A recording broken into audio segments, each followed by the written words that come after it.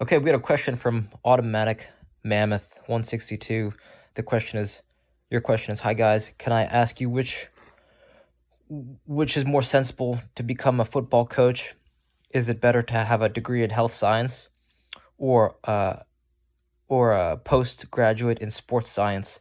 I think actually it doesn't really matter what degree you graduate in because, right, being a great coach is having you want to have a good technical knowledge, and then you also want to be a great leader and a great communicator. So I think if anyone who's watching this who's interested in being a great coach, I think some helpful things are watching Ted Lasso.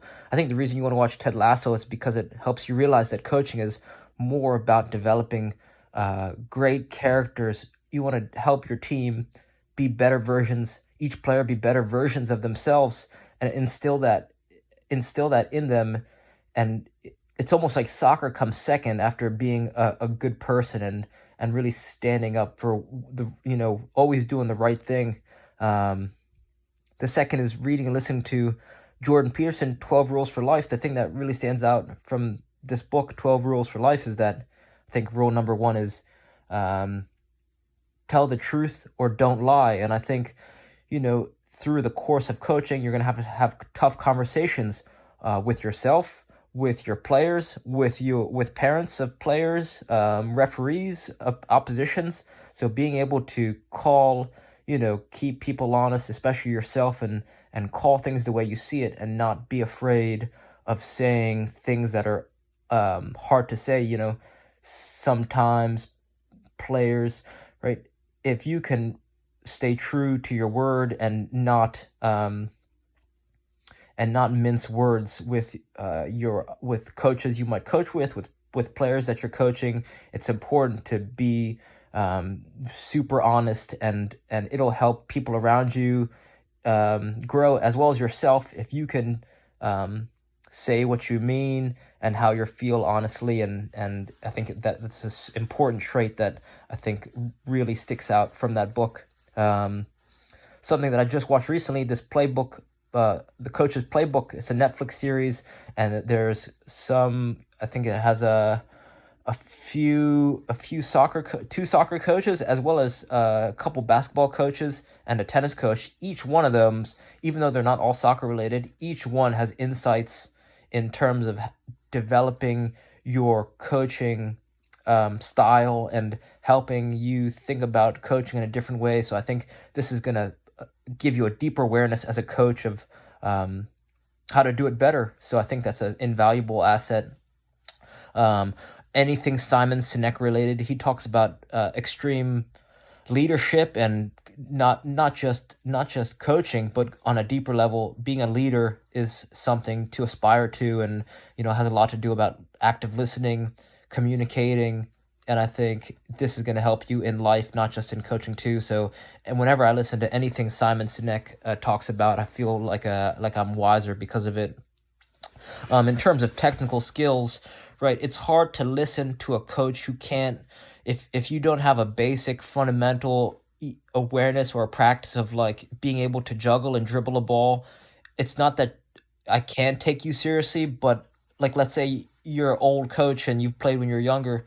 Like, if you can't to exceed as a high level coach, I think you have to start as a low level coach, right? You have to put in the work, put in the hours, and either commit to the game. So if you can't juggle or dribble, or you can't demonstrate this for either young kids, it's hard to come to a place where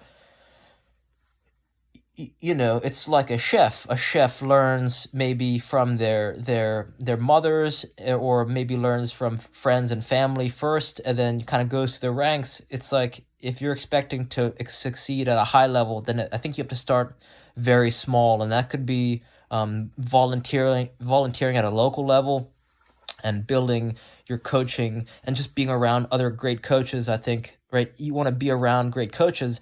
So I think that's why it's easier for soccer players who've gone through a youth system and have spent their whole life playing soccer, not because they know how to be a great coach, but just because they've been coached by so many different coaches then they can really start to look back and think, okay, this coach did things like this and this coach did things like that.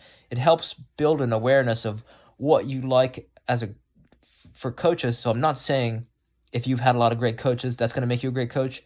I think it gives people the ability to think back on their memories and say, wow, like, my favorite coaches did this really well, and the coaches I didn't like, they were doing this or they're doing that. So I think it's the repetition. It's the repetition and the time spent around either good or bad coaches that can help shape players, their coaching identity.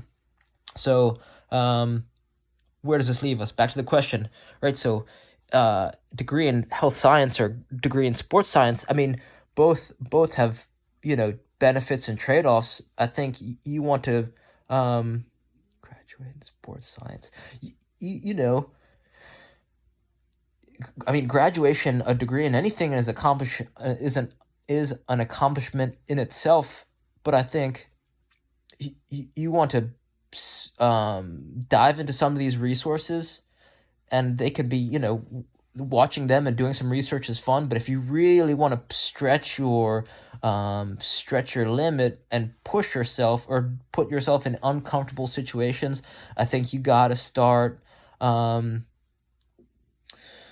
If you've played no soccer and you want to be a coach, then I think it's smart to hire a technical trainer, someone so that will help you teach and learn faster how to juggle and dribble. Because if you can't even, start small and improve your own self, and being able to demonstrate certain drills at a youth level is going to help you communicate. It's like, if you can't communicate with kids effectively, then that's a good place to start. We're all kids at heart, but it's almost like you got to put in the work and the practice. So starting small, either getting technical training for yourself so that you could demonstrate it it's like, my little brother's told me about one of his friends who he would hire. He's got like a little condo, so he'll hire someone to come for an hour, teach him how to put tile in his bathroom. So he hires them for an hour. This guy teaches him, and then he finishes the job. It's like you got to hire someone to teach you how to juggle and dribble or learn online, so then you can teach it again. And that's the best way to learn, to teach it. So learning technical skills will help make you a better coach at a youth level, and that way you can, grow your game. Because if you're really serious about being a coach, then you can start to volunteer or work. I'm sure there's a local youth club or a club who is looking for someone to learn and grow within their organization, right? Great talent organizations are always on the lookout for great talent and people who are willing to put in the work and who are thoughtful and are passionate and driven. So I hope some of these ideas help, and reach out with any questions. All right, thank you.